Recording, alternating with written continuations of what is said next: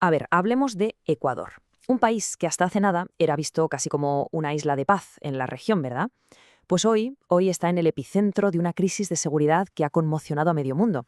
Pero ¿cómo se ha llegado hasta aquí? Vamos a intentar entenderlo. Y esta frase de Ecuavisa, ojo, porque es que da justo en el clavo. No habla de un ataque desde fuera, no, habla de una infiltración. Es decir, que el narco no es que esté llamando a la puerta, es que ya está dentro, se ha acomodado, aprovechando las grietas de un sistema que ya de por sí estaba debilitado. Y claro, esta es la pregunta que resuena por todas partes. Para intentar responderla, tenemos que mirar bien qué ha pasado, qué políticas se han hecho y qué ha llevado a Ecuador a este punto tan crítico. Hoy vamos a tirar de esos hilos. Para que entendamos bien todo este lío, vamos a ir por partes. Son 6 puntos clave. Primero, veremos qué significa eso de una nación bajo asedio y el gran dilema de las drogas. Luego, cómo el crimen se ha hecho con el poder y esa esclavitud invisible de la que se habla tan poco. Y ya al final, ataremos todos los cabos para ver la red de crisis y entender por qué Ecuador está ahora mismo en una encrucijada tan complicada.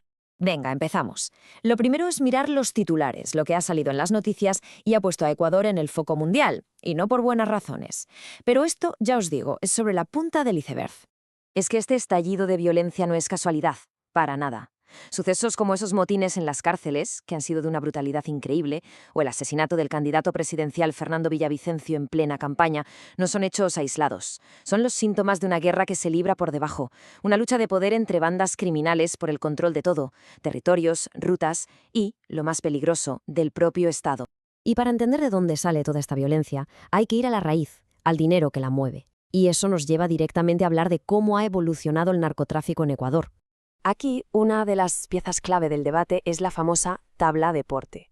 A ver, la idea sobre el papel sonaba bien, ¿no? Se trataba de diferenciar al consumidor del traficante. De decir, oye, si llevas poca cantidad para tu consumo, no eres un criminal, eres una persona con un problema de salud. Pero claro, aquí es donde vemos el abismo que hay entre la teoría y la práctica. El objetivo era bueno, tratar la adicción como un tema de salud, pero en la calle la cosa se torció por completo. El crimen organizado, que de tonto no tiene un pelo, vio el agujero en la ley y se coló. Los microtraficantes empezaron a llevar justo la cantidad permitida para vender sin que, en teoría, se les pudiera tocar. Un ejemplo perfecto de cómo una ley con buena intención puede acabar siendo un desastre. Y este gráfico nos enseña la otra cara del problema, la parte social. Porque más allá de las leyes está la gente. La presión de grupo, la curiosidad, eso es lo que más empuja a los jóvenes. Pero ojo al dato clave, lo que de verdad protege es el entorno familiar. Cuando eso falla, se crea un vacío, una vulnerabilidad que las redes criminales aprovechan para pescar y así seguir haciendo crecer su mercado. Y claro, todo ese dineral que mueve la droga no se queda en la calle, ni mucho menos. Busca algo más, busca poder, busca protección. Y para eso necesita meterse hasta la cocina del Estado. Casos como la Operación Metástasis han sido como tirar de la manta y descubrir todo lo que había debajo. Han sacado a la luz conexiones súper profundas entre narcos y jueces, fiscales, policías, políticos.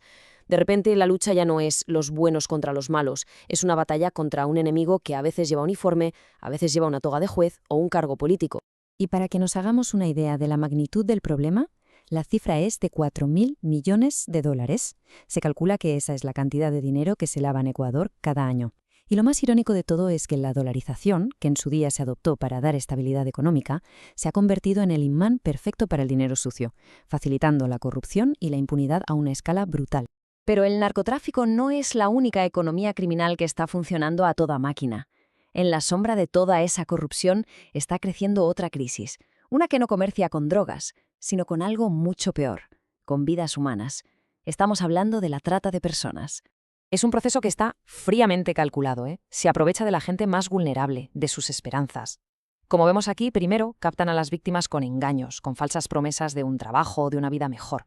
Luego las aíslan, se las llevan lejos. Y al final, la explotación. Es un sistema diseñado para deshumanizar, para convertir a las personas en simple mercancía. Y la explotación tiene muchas caras, desgraciadamente. La explotación sexual es quizá la más conocida, pero el trabajo forzoso o la mendicidad forzada son igual de brutales. Esto lo que nos demuestra es que las redes criminales diversifican su negocio, se adaptan para sacar el máximo beneficio de esta tragedia. Y si alguien se pregunta por qué el crimen organizado le da tanta importancia a esto, solo hay que mirar la cifra. A nivel mundial, son 32.000 millones de dólares al año. Es una cantidad que compite directamente con el narcotráfico. Esto nos deja claro que el comercio de personas es uno de los negocios ilegales más rentables del planeta. Así de crudo. Y esta frase de una víctima lo pone todo en perspectiva. Nos saca de las cifras y nos golpea con la realidad humana. Te hacen invisible. Es la anulación total de una persona. Vale, y ahora es cuando empezamos a atar cabos, porque el narcotráfico, la corrupción del Estado y la trata de personas no son problemas que van por separado, están completamente entrelazados, tejidos en una red que lo destruye todo. Y esta es la imagen perfecta de ese círculo vicioso.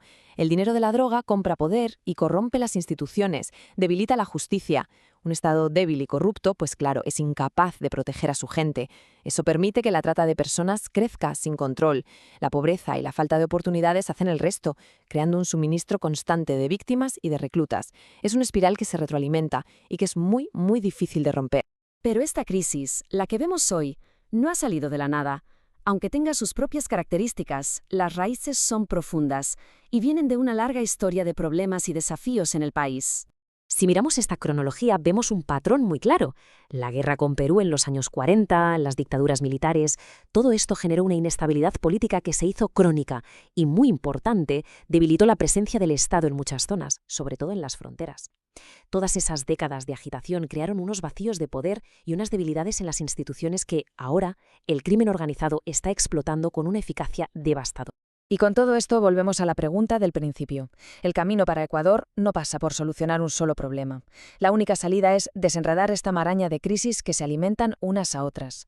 Es un reto gigantesco y nos deja con esa pregunta final flotando en el aire.